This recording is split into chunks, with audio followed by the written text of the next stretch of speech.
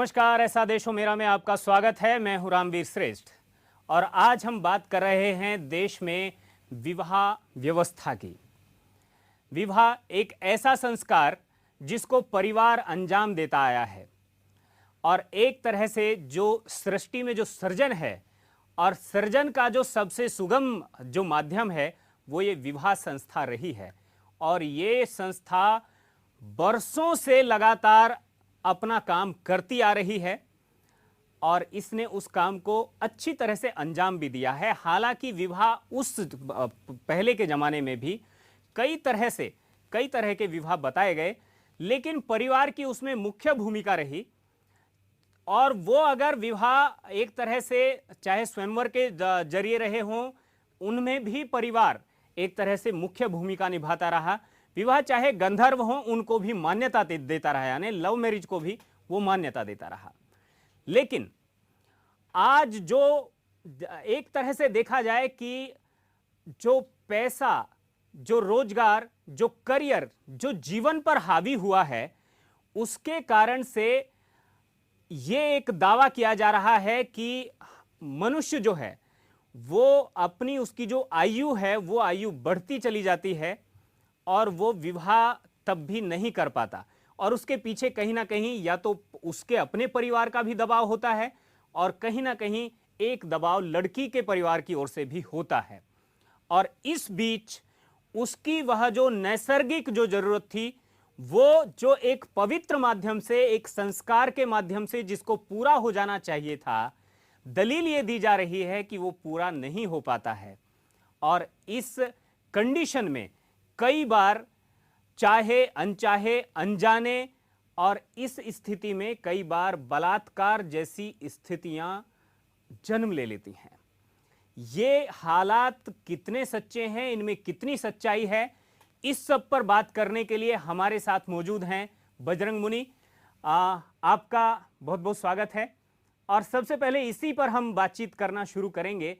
ये जो एक तथ्य बताया जा रहा है, ये जो पैसे की, करियर की और इस तरह की जो दलील दी जा रही है कि ये जीवन पर, युवाओं पर ये हावी हो गई है और इसके कारण से उनकी जो स्वाभाविक आयु जो विवाह की होनी चाहिए थी, उससे कहीं ना कहीं वो आगे निकल जा रहे हैं। माने लड़कियों की आयु भी बहुत बड़ी तादाद में 22, 23, 24, 25 और इसको भी क्रॉस कर रही है। लड़कों की आयु भी 30 को भी क्रॉस कर रही है। देखिए, जो आप बता रहे हैं जी वह आंशिक रूप से सच है। जी ये देखने में आ रहा है। प्राचीन समय में हम मानते थे कि एक लड़का या लड़की 21 वर्ष में बालिग होते हैं, बिल्कुल, मतलब वोट देने लायक होते हैं, ऐसा मानते थे। बिल्कुल, लेकिन धीरे धीरे ये महसूस किया गया कि उनके अंदर अवेयरनेस जल्दी बढ़ रही है बिल्कुल, और हमने 21 वर्ष को घटा करके 18 वर्ष कर दिया। बिल्कुल, प्राचीन समय में लड़के या लड़कियों में, एक लड़के को हम उदाहरण लेकर के चलें बिल्कुल, कि लड़कों में 18 वर्ष की करीब करीब उम्र में, एक अंदाज बता रहे हैं कि 18 वर्ष की उम्र में उनके अंदर सेक्स की इच्छाएं पैदा होती थीं प्राचीन समय में, बिल्कुल, और पूर्ति हो जाती थी 16 वर्ष की उम्र में।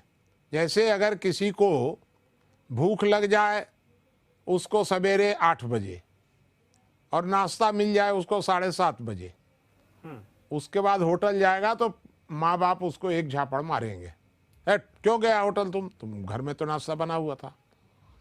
लेकिन अगर उसकी भूख जो 8 बजे लगती थी वो लगने लग गई 7 बजे और घर में नाश्ता बनने लग गया 10 बजे, अगर वो 2 घंटे भूख नहीं बर्दाश्त कर पा रहा है और होटल में नाश्ता करने चला गया तो माँ बाप उसको 2 झापड़ नहीं मार सकते हैं।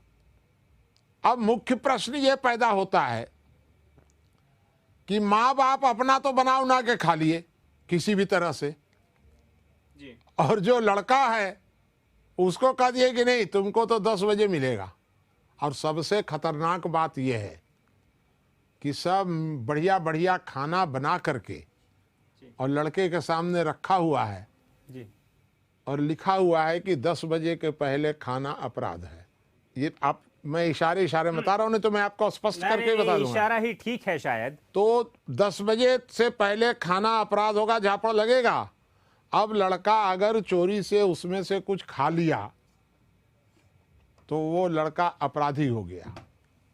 मेरा ये कहना है कि अपराधी वो लड़का नहीं हुआ।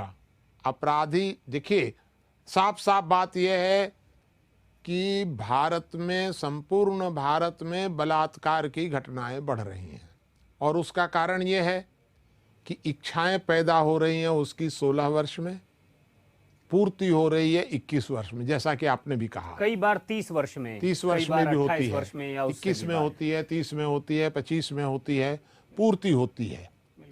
तो ये जो गैप है, बिल्कुल, यह गैप उसको कहीं ना कहीं मजबूर करता है कि वो कहीं और से भी तलाशे अपनी भूख मिटाने के लिए, माने शारीरिक भूख मिटाने के लिए। ये शारीरिक भूख जो है, लेकिन मुनि जी, चिकित्सक ये भी दलील दे रहे हैं, उनका कहना ये है कि 16 वर्ष जो है वो मेडिकली जो लड़कियां हैं वो परिपक्व नहीं हो पाती हैं, और ऐसे में उनकी जीवन को खतरे हैं अगर परिवार इस तरह की भी व्यवस्था सोचे तो। देखिए, एक आपने मेडिकल दलील दी, बिल्कुल, पश्चिम के विचारों की, बिल्कुल, लेकिन भारत में इस प्रकार की सोच नहीं है।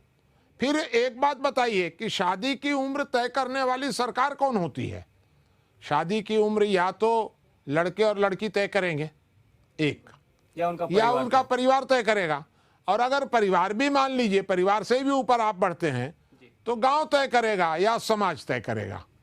ये बीच में सरकार कहां से आ गई? सरकार का काम है बलात्कार रोकना, तो सरकार ने किया तो उल्टा। उल्टा कैसे किया? कि भाई उसकी भूख मिटाने के लिए आपने उम्र बढ़ा दी।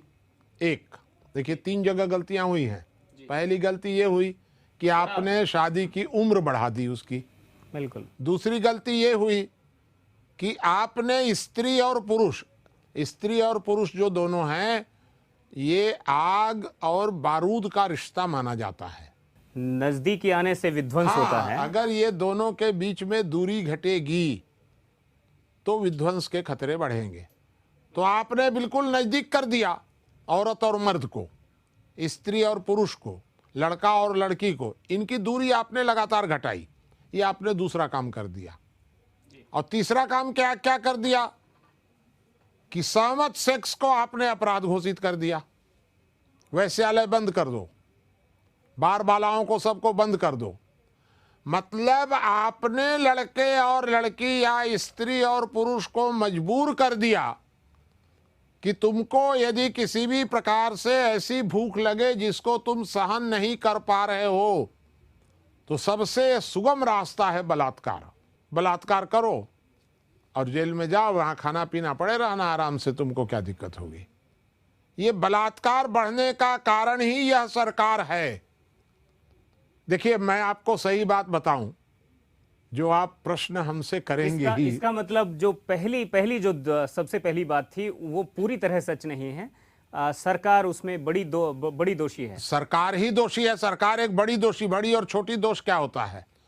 सरकार एकमात्र दोषी है इस बात के लिए कि उसने एक तरफ शादी की उम्र बढ़ानी शुरू कर दी, दूसरी तरफ स्त्री और पुरुष के बीच में दूरी घटानी शुरू कर दी। शादी की उम्र बढ़ाने के लिए सरकार ने किससे कहा? क्यों नहीं कहा? सरकार पहले तो शादी की उम्र सरकार नहीं तय किया करती थी, समाज तय करता था। सरकार कैसे दाल भात में मूसरचंद बन गई? शादी की उम्र सरकार तय करेगी। सरकार ने शायद इसलिए सोचा क्योंकि लोक कल्याणकारी है सरकार, इसलिए उसने सोचा कि राजस्थान जैसे लोक कल्याणकारी का जिम्मा किसने दिया? जो सरकार नक्सलवाद नहीं रोक पा रही है, बिल्कुल, जो सरकार बलात्कार नहीं रोक पा रही है, जो भ्रष्टाचार नहीं रोक पा रही है, वो सरकार अपने आप अगर ले ली कि भाई हम तो कल्याणकारी, जन कल्याणकारी काम करेंगे, अरे तो जन कल्याणकारी कार्य तुम करोगे तो ये बलात्कार कौन रोकेगा? चोरी और डकैती कौन रोकेगा? अपना काम तो करना नहीं है। अपना काम छोड़कर, मैं एक तो बैंक में गया, आप साहब क्या कर रहे हैं? ये जज साहब हैं। जज साहब क्या कर रहे हैं? तो जज साहब ट्रेनिंग दे रहे हैं लोगों को क्या भाई ट्रेनिंग दे रहे हैं? एड्स निवारण की ट्रेनिंग दे रहे हैं। अरे जज महोदय, अपना केस तो तुमसे निपट नहीं रहा है। 5-5 साल, 10-10 साल, 20-20 साल तो केस पेंडिंग है, और एड्स की ट्रेनिंग दे रहे हैं जज साहब। ये सब बिना मतलब की बातें हैं। हाँ। जी, ये बेमतलब की बातें हैं। यह सरकार डकैती नहीं रोक पा रही है, चोरी नहीं रोक पा रही है, मिलावट नहीं रोक पा रही है, बलात्कार नहीं रोक पा रही है। रोक क्या रही है? तो रोक रही है कि विवाह की उम्र कितनी होनी चाहिए, तो बार बालाओं को रोक दो, तंबाकू को रोक दो।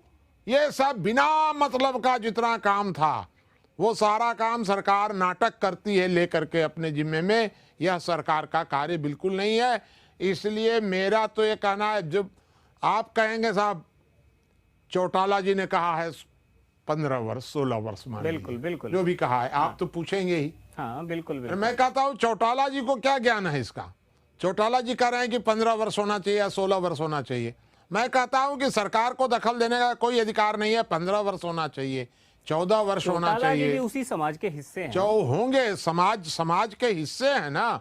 चौटाला जी अपने परिवार का तय करेंगे, चौटाला जी अपनी ग्राम सभा का तय करेंगे, कि चौटाला जी सारे हिंदुस्तान का तय कर देंगे? मेरे परिवार के बारे में चौटाला जी कौन होते हैं तय करने वाले? मेरा साफ कहना है कि विवाह की उम्र या तो दो व्यक्तियों का व्यक्तिगत मामला है, एक जी, अन्यथा परिवार उसको नियंत्रित करेगा, परिवार उम्र तय करेगा, या समाज तय करेगा।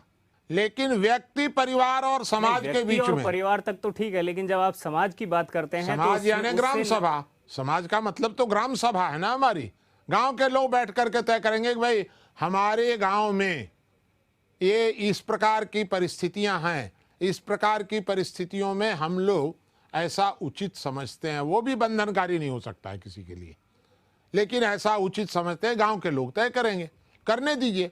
सरकार बीच में कहां से आ गई? एक लड़का और एक लड़की के व्यक्तिगत संबंधों के बारे में मनमोहन सिंह तय करेंगे? ये लोग बिना मतलब की बात है ये सब एकदम से, और इसलिए सारी अव्यवस्था पैदा हो रही है, ये मेरा मानना है। क्या आपको ऐसा भी लगता है कि हमारे यहाँ एक व्यवस्था सेकंड मैरिज की भी रही है? सेकंड मैरिज से मतलब ये रहा है, कहीं उसको सेकंड मैरिज कहते हैं, कहीं उसको गोना कहते हैं, यानी कम उम्र में शादी की, यानी 16 साल में ही 15 साल में ही शादी कर दी, और एक इमोशनल कमिटमेंट और अटैचमेंट जो है दो लोगों के बीच में बन गया, और फिर जो है परिवार उन दोनों को नियंत्रित करते हैं तब तक के लिए जब तक कि वो परिपक्व ना हो जाएं, समझदार ना हो जाएं, और यानी कहीं तक कहें कि करियर अपना वो अचीव ना कर लें, कहीं रोजगार उनका ना लग जाए।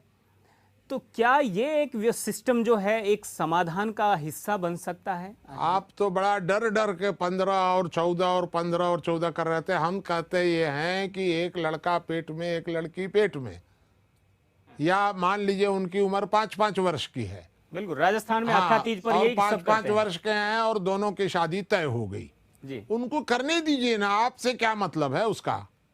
उन लोगों ने अपनी शादी तय कर ली। जी, अब वो जब बालिग हो जाएंगे 15-16 वर्ष के, तब उसको हम लोग मुकलावा बोलते हैं, या दोंगा बोलते हैं, या गौना बोलते हैं, जो भी बोलते हैं, वो करेंगे उस समय। उसमें सरकार बीच में कहां से आ गई?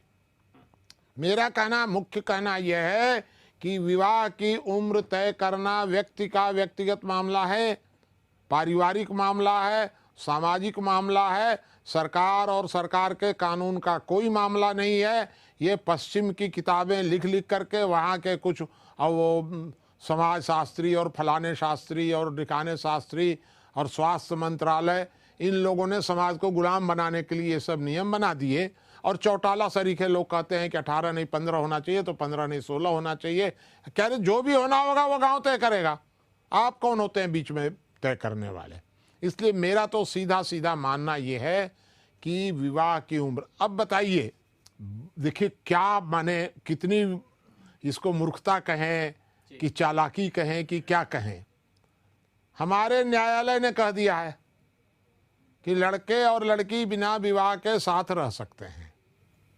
Sir, live in relation, live in relationship, तो बिना विवाह के भी वो साथ जीवन भर रह सकते हैं।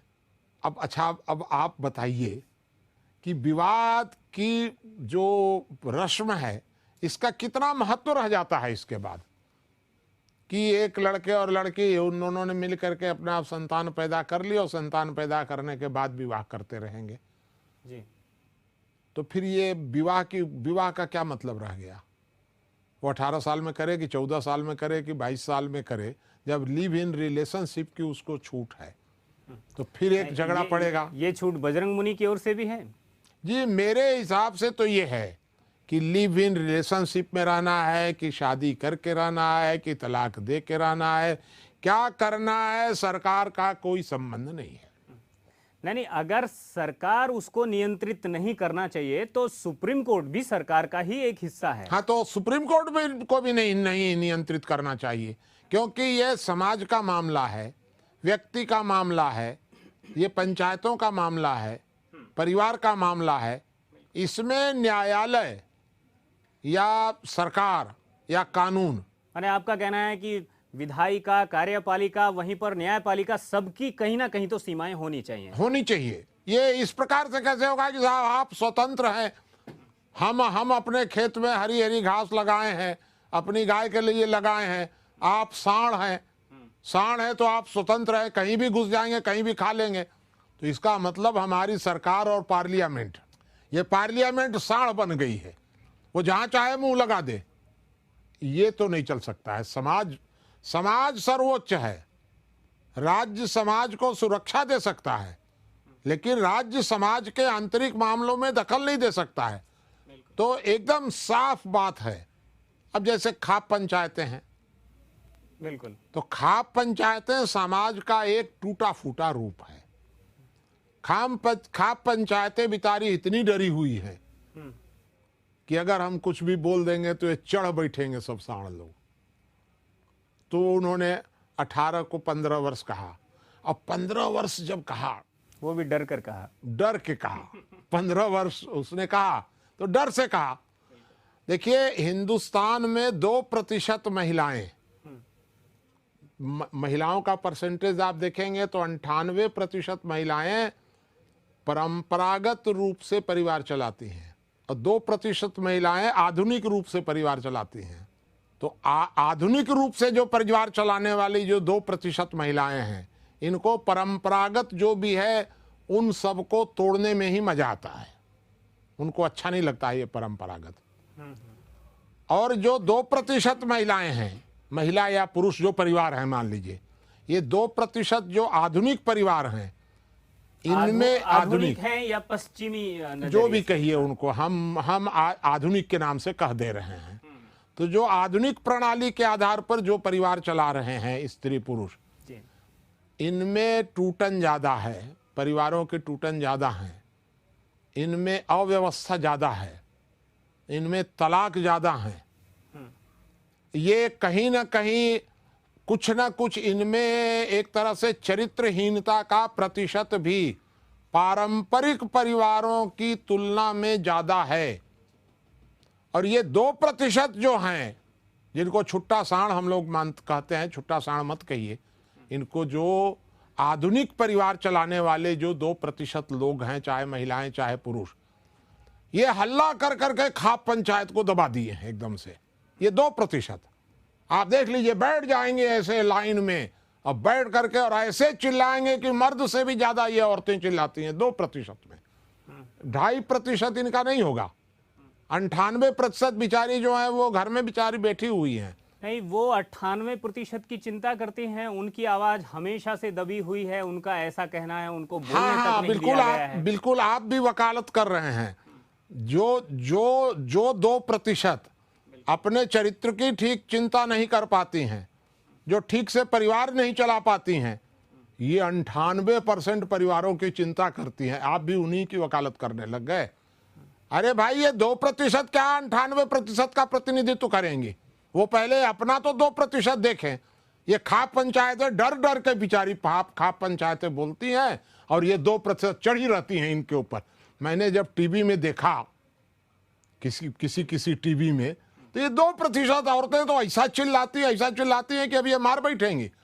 और इनको अगर कुछ बोल दीजिए तो कहेंगे हमारा विशेषाधिकार हनन हो गया, तुम्हारा 2% का विशेषाधिकार होगा और 98% का कोई अधिकार ही नहीं होगा, क्योंकि 98% परंपरागत महिलाओं की का प्रतिनिधित्व इन लोगों ने जबरदस्ती ले लिया है। आप उन्हें परंपरागत कह कर मतलब परंपरागत के साथ साथ अशिक्षित भी जोड़ देना ठीक है उनके साथ? अशिक्षित जो होता है वो अज्ञानी होता है क्या? मेरी जो पत्नी है वो दस्तखत करना नहीं जानती है, और सारे हमारे घर के सारे जो समस्याएं होती हैं वो मेरी पत्नी सुलझा देती है। ज्ञान के मामले में मेरी पत्नी हमारे पढ़े लिखे परिवार के सारे लोगों से ऊपर है, मेरी पत्नी ज्ञान के मामले में, और शिक्षा के मामले में शून्य है। तो अशिक्षा को अज्ञान के साथ जोड़ने की भूल मत करिए। अज्ञान अलग है। आदमी शिक्षा के बगैर भी समझदार और ज्ञानी हो सकता है। नहीं तो अच्छा, तो मैं बैठा हूं कि नहीं, मेरी शिक्षा कितनी है? मेरी ज्ञान और मेरी शिक्षा की अगर आप तुलना करेंगे तो आप तो गड़बड़ा जाएंगे। बेचारे कबीरदास कितना शिक्षित थे। तो इसलिए शिक्षा जो है ये आधुनिक समाज में वर्तमान समय में थोड़े से लोगों के द्वारा गरीब ग्रामीण श्रमजीवी किसान के शोषण के उद्देश्य से कुछ लोगों ने इसको माध्यम अपना चुना है। तो उसी में आप मान रहे हैं, मैं तो ये कह रहा हूं। ये हमेशा से शिक्षा का यही चरित्र रहा है या ये आधुनिक शिक्षा के बारे में आप कभी नहीं रहा है। पुराने जमाने में ज्ञान का महत्व था, शिक्षा तो सरप्लस थी, ज्ञान महत्वपूर्ण होता था उस समय। अगर शिक्षित है और ज्ञानी नहीं है तो वो बेकार माना जाता था। ज्ञानी है और शिक्षित नहीं है तब भी उसका महत्व था कि वो उसके पास ज्ञान है। तो आज ये आप लोगों ने शिक्षा, क्योंकि शिक्षा के नाम पर ही तो आपको शोषण करना है नीचे वालों का, श्रमजीवियों का। तो आप तो शिक्षा। यानी हम यहाँ पर ये बात कर रहे हैं कि अगर सरकार करे, अगर बलात्कार को रोकना उसकी एक जिम्मेदारी है। हाँ, ये बात बनता भी हो क्योंकि क्राइम है और अपराध रोकना राज्य का सबसे पहला दायित्व है। अपराध रोकना दायित्व है। हाँ, बिल्कुल दायित्व है। तो इस दायित्व की वो पूर्ति करे तो कैसे करे? वो बलात्कार रोकने के लिए जी सबसे पहले तो सरकार को जो प्राकृतिक भूख का सिस्टम है जी, उस प्राकृतिक भूख को रोकने का, माने बांध टूट ना जाए, इस प्रकार की व्यवस्था उसको छूट देनी चाहिए।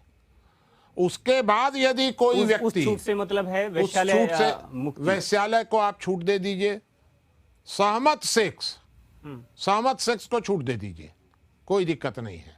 एक दूसरी बात है कि विवाह की उम्र ये परिवार तय करेगा, समाज तय करेगा, व्यक्ति को तय करने दीजिए, सरकार को कोई दखल नहीं देना चाहिए। सहमत सेक्स के अंतर्गत विवाह भी आ जाता है। ये जो एक छूट देने का मामला है इसके बजाय, लेकिन ये नैतिकता की ओर नहीं ले जाता है समाज को, कहीं ना कहीं समाज के अंदर एक अजीब सी हालत पैदा करता है। इसको क्या दंडात्मक कार्रवाई जो है, जो सरकार की ओर से है, वो किस तरह की हो कि ताकि केवल बलात्कार के लिए होनी चाहिए? क्या किस तरह से? सिर्फ बलात्कार को आप कानून से रोकिए। बलात्कार जो है वो अपराध है, वैश्यालय चलाना कोई अपराध नहीं है। उसके लिए आप क्या मिनिमम सजा क्या? तो मेरे तो विचार से ये है कि बलात्कार को उस सीमा तक, ये सब छूट देने के बाद, छूट देने के पहले नहीं, छूट देने के बाद भी यदि कोई बलात्कार करता है तो उसको अधिकतम दंड की व्यवस्था होनी चाहिए। वह दंड कितना होना चाहिए इस संबंध में सरकार और समाज ये मिलकर के तय कर सकते हैं। उसके विषय में मेरे दिमाग में कोई अलग से प्लान नहीं है, लेकिन मैं इस बात के लिए सहमत हूं कि बलात्कार एक अपराध है, गंभीर अपराध है और उसके लिए दंडित होना चाहिए। आज तो स्थिति यह है कि अब वो बेचारा एक आदमी हरियाणा का, जो भी नाम रहा होगा, कांग्रेस का नेता, उसने खाली कह दिया कि आम तौर पर शादी की उम्र ज़्यादा होने के कारण लड़कियां लड़कों के साथ चली जाती हैं। उसने तो यही कहा, और जो बात सच थी उसने कही है, चली जाती हैं। चले जाने के बाद उनके साथ धोखा हो जाता है। बिल्कुल। ये 2% जो है ना, चढ़ बैठी उसके ऊपर, बेचारे के ऊपर, और वो इतना कमजोर पड़ा कि उसने माफी मांग ली, गलती हो गई। क्योंकि आप क्या करें बेचारा? आप होते तो आप भी माफी मांग लेते। कौन? अरे ये इन 2% के कहने से कहाँ माफी साफी लगा। मैं जो कह रहा हूँ वो मैं सच, क्योंकि मैं समाज शास्त्री हूँ और समाज शास्त्री को समाज की चिंता करने का अधिकार है। मैं कोई सरकारी गुलाम नहीं हूँ या नेता लोगों का मैं कोई एजेंट तो हूँ नहीं कि हमको कोई चुनाव लड़ना है या हमको उन लोगों से कुछ प्राप्त करना है, नेता लोगों से। ऐसा मेरा काम नहीं है। मैं एक समाज शास्त्री हूँ। समाज की व्याख्या करने का मुझे भी उतना ही अधिकार है जितना दूसरों को है। बिल्कुल। तो मैं समाज की सामाजिक समस्याओं के बारे में मुझे व्याख्या करने का अधिकार है, तो वो मैं कर रहा हूँ। मैं यह मानता हूँ कि विवाह की उम्र, तलाक की व्यवस्था, डाइवोर्स वगैरह, ये सब जो है ये सामाजिक पारिवारिक नियम है।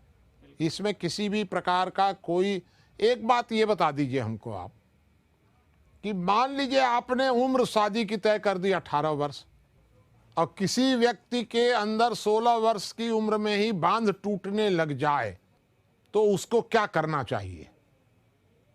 आप कोई कुछ रास्ता बताएंगे ना भाई उसको कि तुमको अगर 16 वर्ष की उम्र में तुम बर्दाश्त नहीं कर पा रहे हो तो इस तरीके से उसमें एक जक लगा करके उसको बांधो, अपने शरीर को इस प्रकार से बांधो कि तुम्हारी इच्छाएं दब जाएं, उसके बाद भी न रुकें, तो इस प्रकार से उसको रोकना, उसके बाद ऐसे तुम पानी डालना, उसके बाद ऐसे तुम दवाई लेना, ये सारा बताइएगा ना। संयम की सीख तो हमारे यहाँ दी गई है। अरे तो संयम की सीख आपके यहाँ दी गई है तो देने में कौन रोक रहा है? संयम जो होता है वो इच्छाओं को पैदा होने से नियंत्रित करता है। फिलहाल आपका बहुत बहुत धन्यवाद इस पूरे मसले के लिए, जिस पर आपने बहुत बारीकी से अपने विचारों को रखा है। बेहद संवेदनशील मसला है, परिवार का मसला है, दो जिंदगियों का मसला है, और अगर किसी के साथ अन्याय होता है, अत्याचार होता है, बलात्कार होता है तो उसकी जिंदगी जीते जी एक तरह से बहुत बड़ा सेटबैक लगता है, बहुत बड़ा झटका लगता है। ये जिम्मेदारी परिवार की भी है, समाज की भी है, और पर्टिकुलर उन लोगों की भी है जो कई बार अपने करियर के नाम पर और अपने आप को बहुत लंबा खींच ले जाते हैं और उन्हें लगता है कि वो चीजें उनको सामने बिना शादी के बंधन में बंधे ही स्वाभाविक रूप से शायद हासिल हो जाएं। इसलिए जिम्मेदारी व्यक्ति की भी है, परिवार की भी है, समाज की भी है, और ये जिम्मेदारी सबको मिलकर के निभानी है और इसमें एक संतुलन भी कायम करना है। और एक तरह की बात निकली भी थी कि अगर शादी पहले कर ली गई और उसके बाद सेकंड मैरिज जैसा सिस्टम कुछ ऐसा डेवलप किया कि वो 6 दिन लाने के बाद में नहीं, या उसी दिन, कई बार कोशिश होती है कि जिस दिन शादी हुई उसी दिन फिर से वापस गोना हो जाए, इसके बजाय अगर इसको 1 साल, 2 साल या 5 साल हम एक्सटेंड कर सकते हैं, आगे खींच सकते हैं, तो शायद ये ट्रेडिशन का हिस्सा था और ये बहुत कामयाब हिस्सा था। लेकिन इसको कहीं ना कहीं हमने बिल्कुल भुला दिया है। अगर हो सकता है ये और कई तरीके शायद आप लोगों को ध्यान में आ सकते हैं। मुनि जी ने कुछ सुझाव दिए हैं। कुल मिलाकर आपका इस पर किस तरह का रिस्पॉन्स है? क्या आप कहना चाहते हैं? क्या अपनी राय देना चाहते हैं? हमारी फोन लाइन खुली है, आप अपनी राय दे सकते हैं, मुनि जी से सीधे बात कर सकते हैं।